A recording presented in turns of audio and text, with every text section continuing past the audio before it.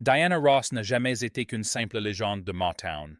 Elle était la femme qui a conquis le cœur de Michael Jackson d'une manière que personne n'a pleinement comprise jusqu'à présent. À 81 ans, elle abandonne enfin l'élégance du silence et révèle la vérité sur un lien si intime, si complexe, qu'il rendrait les intrigues des thrillers presque simplistes. Des hôtels secrets aux signatures de Will, il ne s'agit pas de ragots, mais d'archéologie émotionnelle. Alors que s'est-il réellement passé derrière le voile de leur relation? Restez avec nous. C'est une vérité à ne pas manquer. Diana Ross révèle le lien que Michael Jackson cachait au monde. Peu de gens savent ce que Diana Ross lui a dit lors de leur première rencontre. Elle ne lui a adressé ni compliments, ni conseils, ni même son nom. Elle s'est simplement penchée, l'a regardé droit dans les yeux et l'a appelé « mon chéri ». Et pour Michael Jackson, cela a suffi. Il n'avait que 9 ans silencieux au milieu de voix puissantes et de costumes étincelants, son petit corps écrasé par les attentes. Mais ce mot prononcé sans arrière-pensée ni mis en avant l'a marqué à jamais. Ce n'était pas sa célébrité qui l'avait attirée, même si elle régnait déjà en maître sur Motown. C'était le fait qu'elle le voyait vraiment, sans lui demander d'être quelqu'un d'autre. Des années plus tard, il la décrirait avec un mélange d'affection et de perplexité. Mère-sœur amante, une phrase qui interpellait. Mais pour Michael, elle traduisait l'étrange attraction qui les unissait. Elle n'était pas simplement une mentor ou une idole. Elle fut la seule à mettre un nom sur son isolement, celui d'appartenance. Ross, qui accorde rarement des interviews et ne parle presque jamais de Michael, a finalement brisé le silence à 81 ans. Sa voix tremblait lorsqu'elle a décrit leur lien non pas comme une histoire de scandale, mais comme un lien émotionnel discret. Là où d'autres voyaient en Michael une icône en devenir, elle voyait un enfant au bord de la rupture. Quand les caméras s'éteignirent, quand les applaudissements s'estompèrent, sa voix résonnait à son oreille, lui rappelant qu'il n'avait pas à mériter l'amour qu'il était déjà là. Il répétait dans des chambres d'hôtel, pas en studio. Lui apprit à rester immobile, à maîtriser sa respiration, malgré le trac à sourire quand le monde devenait trop bruyant. Lors du tournage de Diana en 1971, leur alchimie à l'écran semblait naturelle. Mais cette confiance, Ross l'avait construite par des encouragements discrets, sans jamais imposer ses exigences. Elle n'a jamais forcé la main. Elle a attendu. Elle a cru. Et c'est cette foi qui a permis à Michael de croire en lui.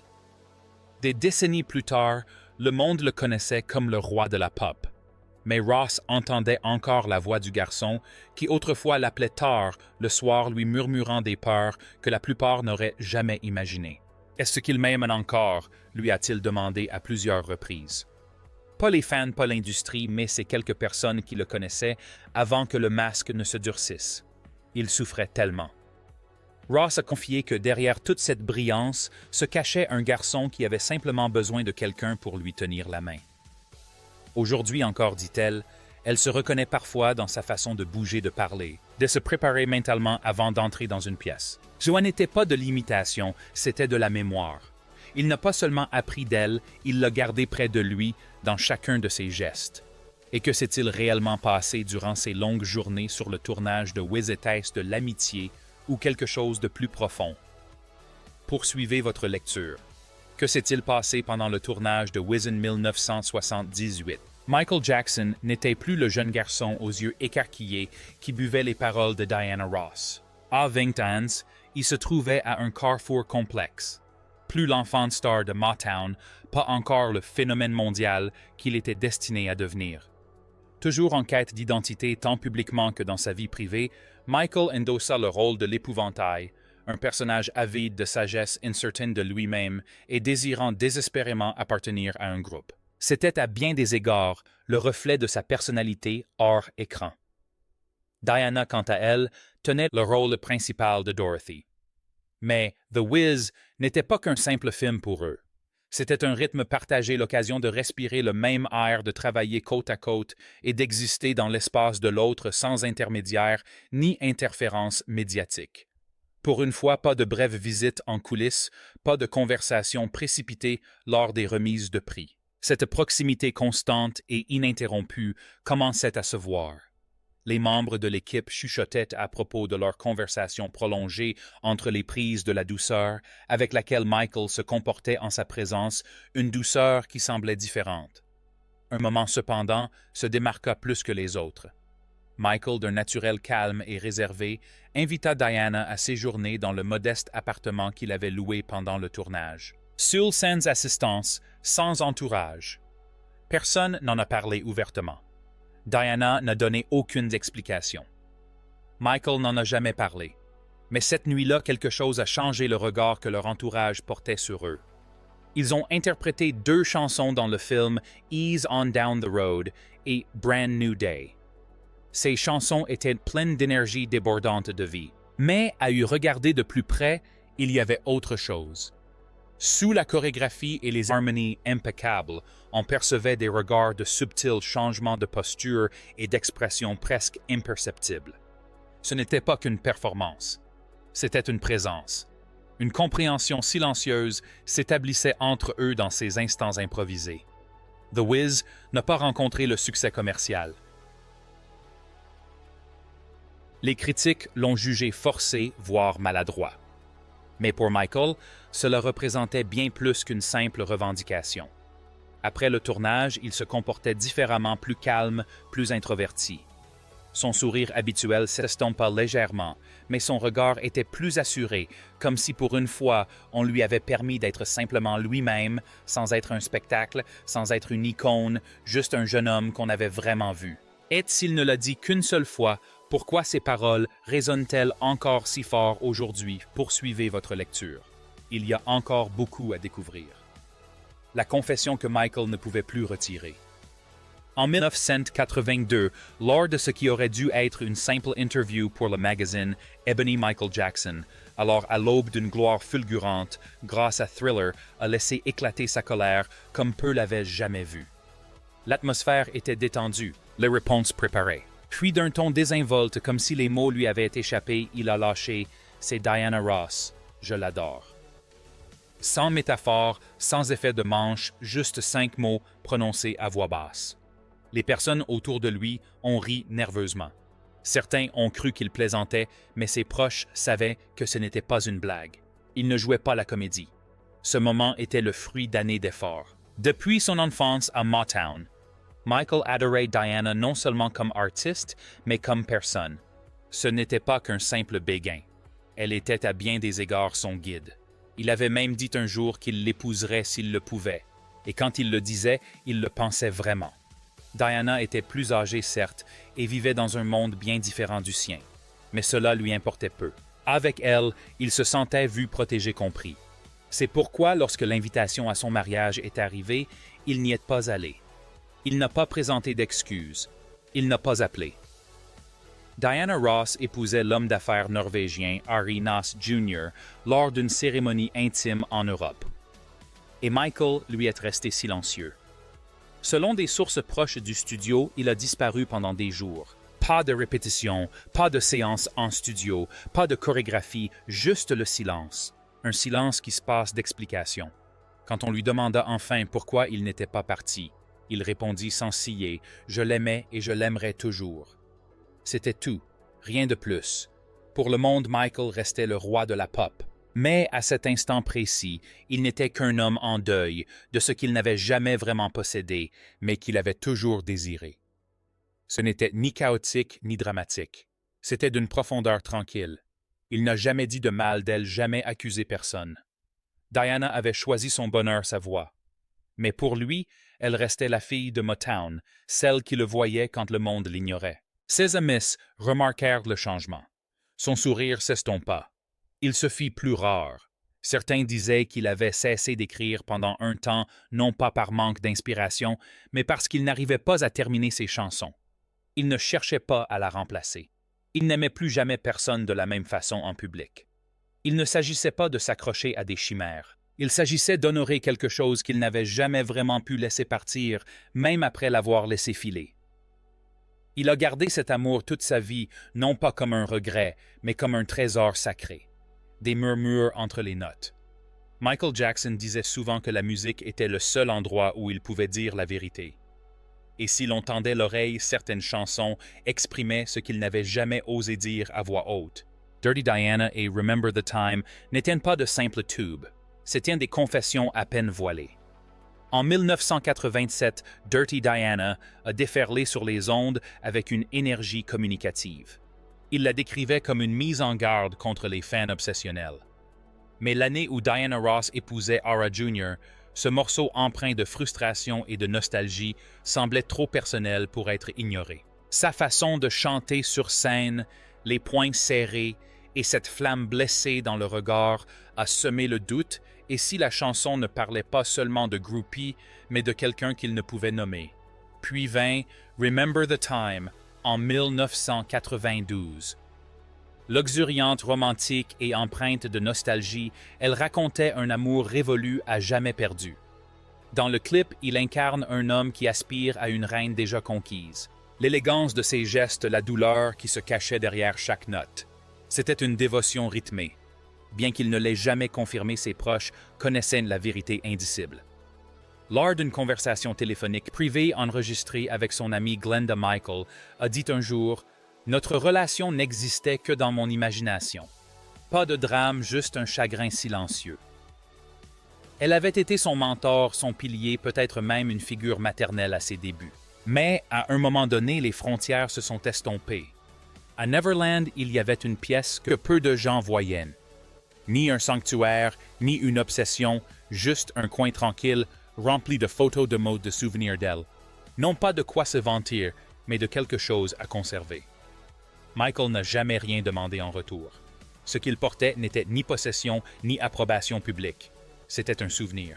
Un sentiment persistent dans son œuvre, son silence, ses moments d'intimité. Quelque chose qui a contribué à forger sa personnalité et qui l'a accompagné longtemps après que le monde ait cessé de le regarder. Pas de gros titres, pas de révélations fracassantes, juste un amour qui n'a jamais trouvé son moment. Et lorsque Diana a enfin exhumé ses souvenirs enfouis, était-ce la paix intérieure ou une vérité trop lourde à porter? Ne clignez pas des yeux, car la suite change tout. Un homme qui en disait plus long que les mots. Pendant des décennies, le public a perçu Michael Jackson comme une énigme brillant, insaisissable, secret. Mais discrètement glissé dans son testament parmi les dispositions financières et les règles de garde se trouvait un nom qui a tout éclairci.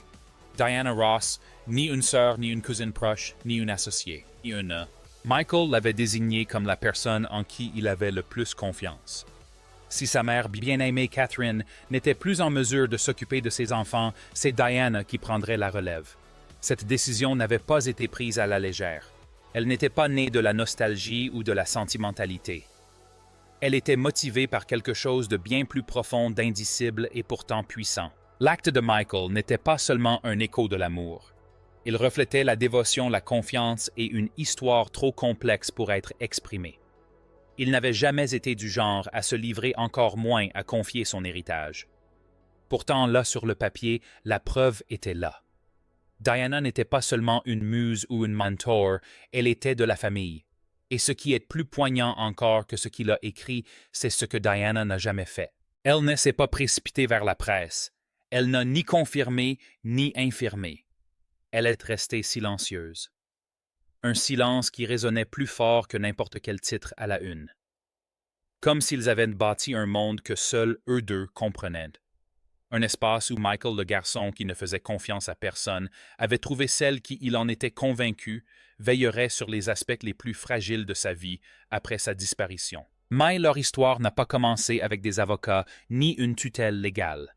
Elle a commencé avec la musique, la magie, avec un garçon d'à peine 10 ans et une femme qui semblait tenir le monde entre ses mains.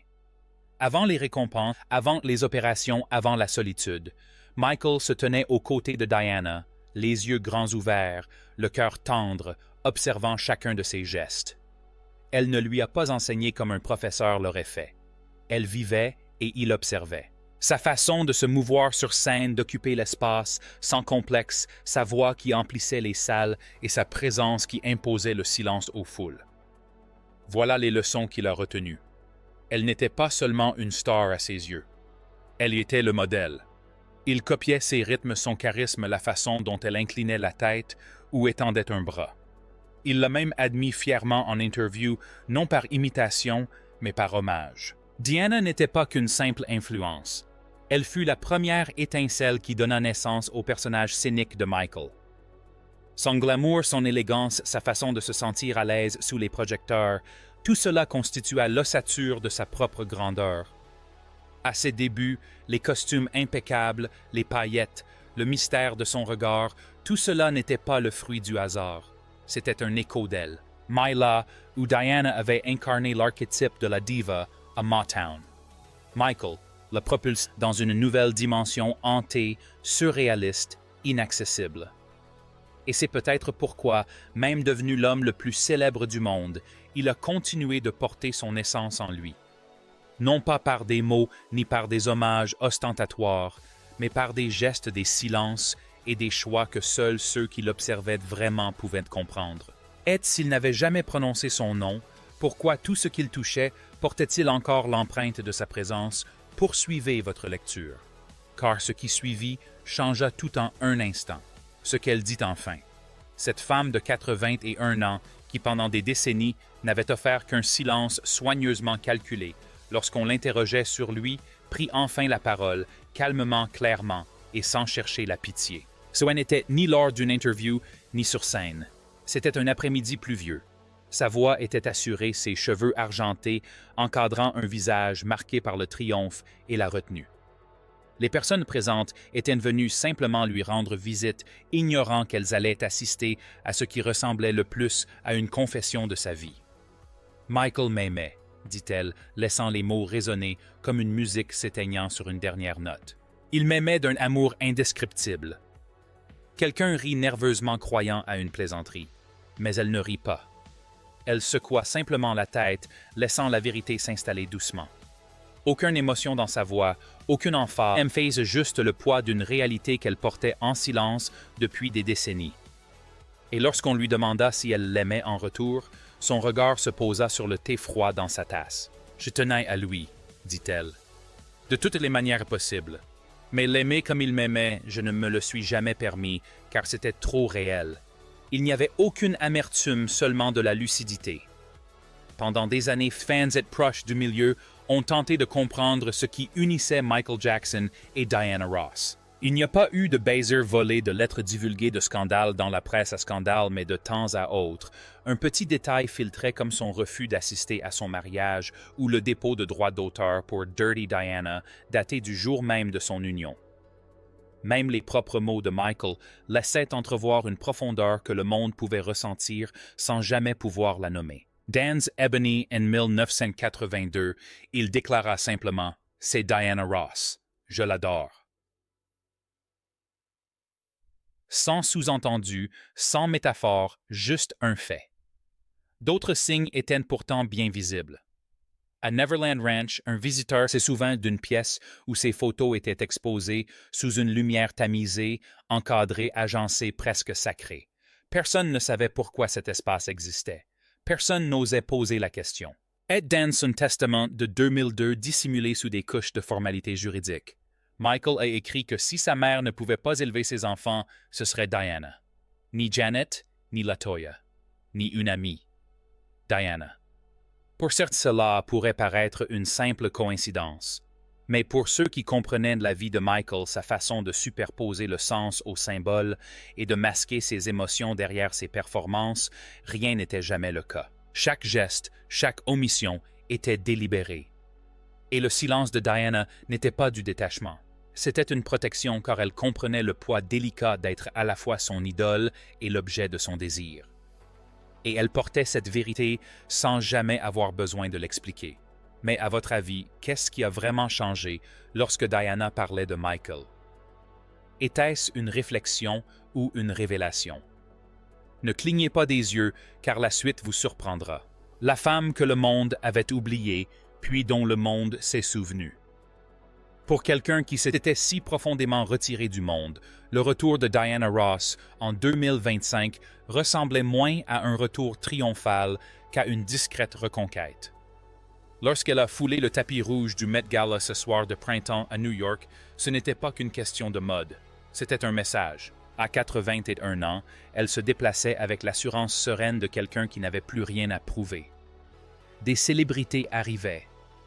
Diana Ross venait d'arriver dans une création spectaculaire, une longue traîne ornée de plumes blanches duveteuses.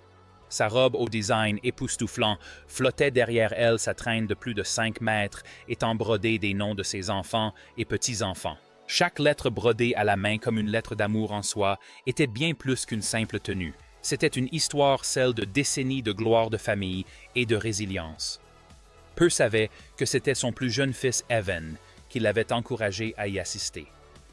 Il lui avait rappelé non seulement son importance pour le monde, mais aussi ce qu'elle représentait encore pour eux, pour sa famille, son public, pour son héritage. Elle hésita d'abord, tiraillée entre les exigences de sa tournée mondiale et le besoin d'intimité.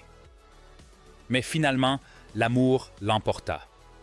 Et ce soir-là, sous les flashs des appareils photo, ce qui brillait le plus n'était pas la haute couture, mais le message tissé dans chaque centimètre de tissu. Qu'elle avait bâti quelque chose de beau, de durable, non seulement sur scène, mais aussi dans le cœur de sa famille. Et pourtant, au milieu des célébrations et des applaudissements, elle n'a pas esquivé les zones d'ombre qui ont marqué cette histoire. Lors de rares conversations qui ont suivi des entretiens à la lumière tamisée, des réflexions empreintes de calme, elle s'est confiée sur les combats de Michael, la frénésie médiatique, les rumeurs, la transformation qui l'avait rendu méconnaissable pour ceux qui le connaissaient le mieux. Mais elle ne l'a jamais dénigré. Elle parlait de sa douleur avec grâce, sans jamais porter de jugement. Il n'était pas brisé, avait-elle dit un jour d'une voix basse et posée. Il était beau simplement accablé. Elle ne parlait pas pour redorer son image. Elle n'était pas là pour se défendre. Elle voulait simplement que les gens voient ce qui avait toujours été là, l'homme derrière le mythe, le garçon qu'elle avait jadis guidé l'homme qu'elle pleurait en silence. C'était Michael, dit-elle. Pas un fantôme, pas un titre de journal, juste Michael. Et il était à moi d'une façon que je n'ai jamais eu besoin d'expliquer. Mais selon vous, qu'a vraiment voulu exprimer Diana Ross avec cet hommage silencieux et poignant? Était-ce un adieu, un avertissement ou quelque chose de bien plus personnel? Nous aimerions connaître votre avis. N'oubliez pas de liker, commenter et vous abonner.